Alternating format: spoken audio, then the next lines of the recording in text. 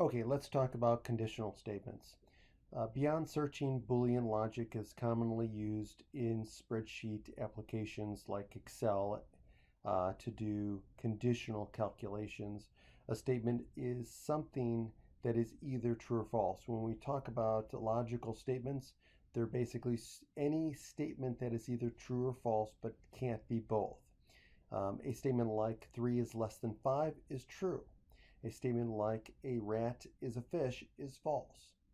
A statement like x is less than 5 is true for some values of x and false for other values. So it depends on the value of x. When an action is taken or not, depending on the value of a statement, it forms a conditional. Okay, so statements and conditionals. So a statement is either true or false, like I was saying. So logical statements are either true or false, cannot be both at the same time and space. Okay. A conditional is a compound statement of the form if P then Q, or if P then Q, else S. Okay. So those are conditional statements. If then statements are implications. They're called conditional statements or implications. So let's look at example 5 here. In common language, an example of conditional statements would be if it is raining, then we'll go to the mall. Otherwise, we'll go for a hike. Okay? The statement if it is raining is the condition. This may be true or false for any given day. If the condition is true, then we will follow the first course of action and go to the mall. If the condition is false, then we will use the alternative and go for a hike. Okay, so let's look at example 6. As mentioned earlier, conditional statements are commonly used in spreadsheet applications like Excel or Google Sheets. In Excel, you can enter an expression like if A1 is less than 2,000, and then you have A1 plus 1, and then you have A1 times 2. So the way it works is the first argument, AI less than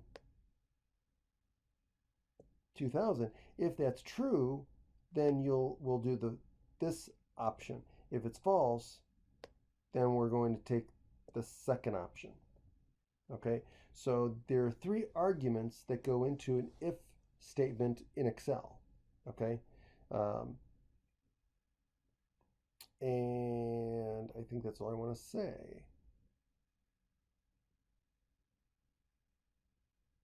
Okay, so in other words, this statement is equivalent to saying if the value of AI is less than 2,000, then add 1 to the value in A1.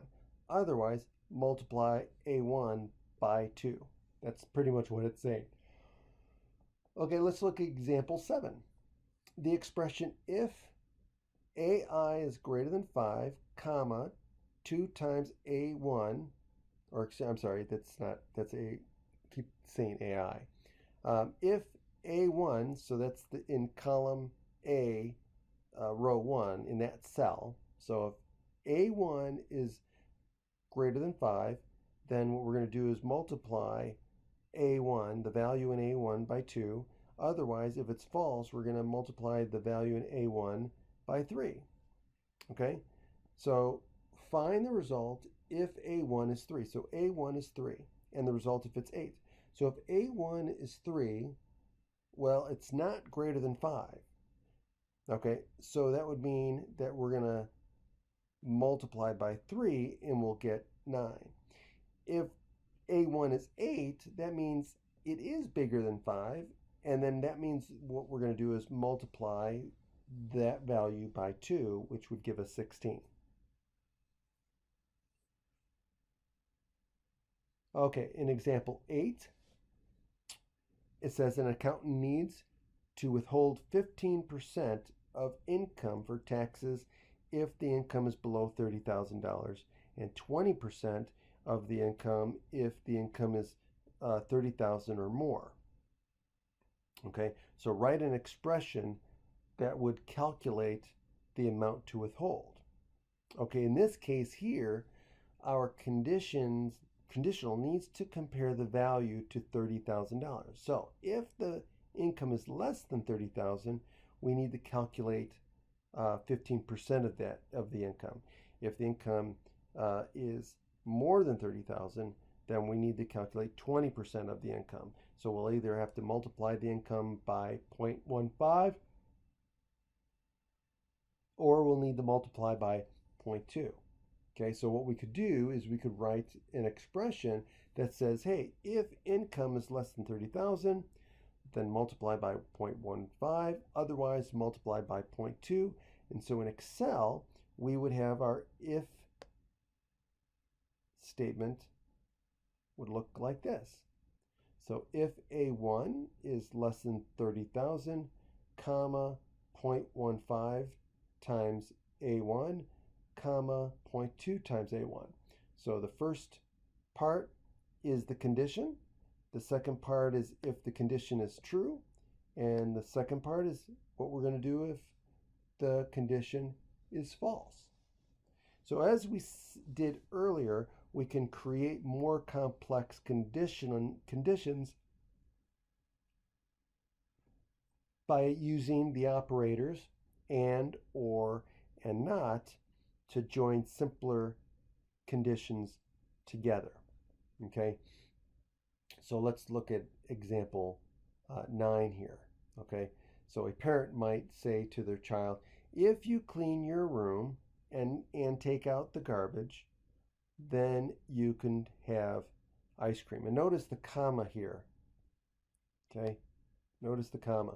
So in English, everything above, everything before the comma. So the if statement, right? If indicates the condition.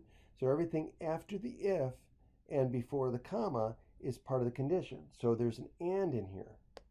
Okay, so both of these must be met, or both of them must be true in order for us to follow through with the then part. Okay, so here are two simpler conditions. One, the child cleaning her room. Two, the child taking out the garbage. Those are the two statements that must be true. Now, since these conditions were joined by and, the combined conditional will be true only if both simpler conditions are true, right? It's an and, so both must be true in order for the whole thing to be true. If either chore is not completed, then the parent's condition is not met and the parent does not have to follow through with the then part, right? So notice that if the parent had said, if you clean your room or take out the garbage, then you can have ice cream. In that case, it would be an either. It would be either you do one or the other or both. So all that would matter is if at least one of the two tasks was completed. That would make the if part true, and then the parent would be on the hook for following through with the then part of the condition, else risk being called a liar. Okay. Now, suppose you wanted to have something happen when a certain value is between two values. So we would create a condition, right? To create the condition that A1 is less than 300 and A1 is bigger than 100. In Excel, you would need to enter and.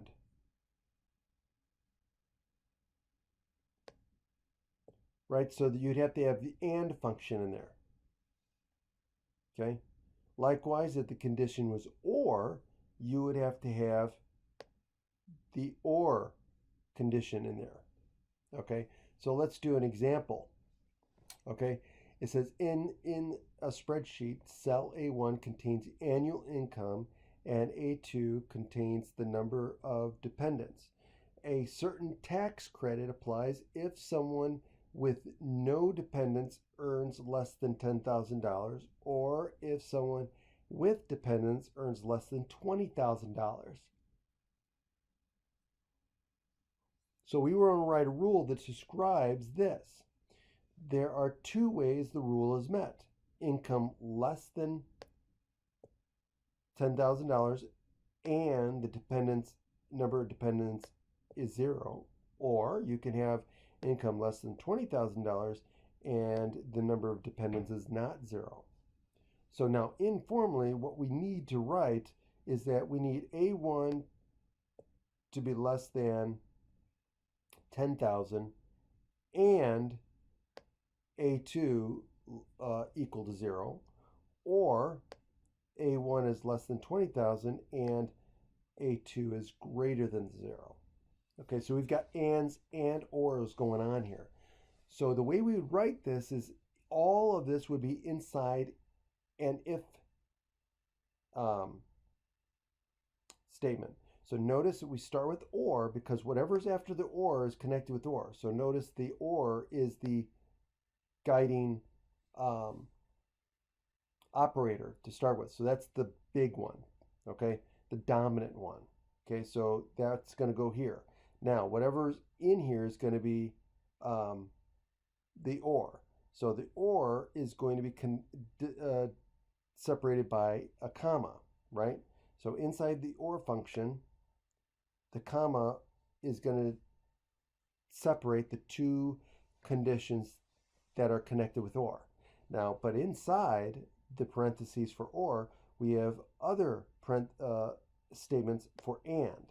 Okay, so the and statement is connecting the fact that A1 is less than 10,000 and the condition that A2 is equal to zero. So there's that condition. And then the other and is that A1 is less than 20,000 and A2 is greater than zero. So that's how you would do it in Excel.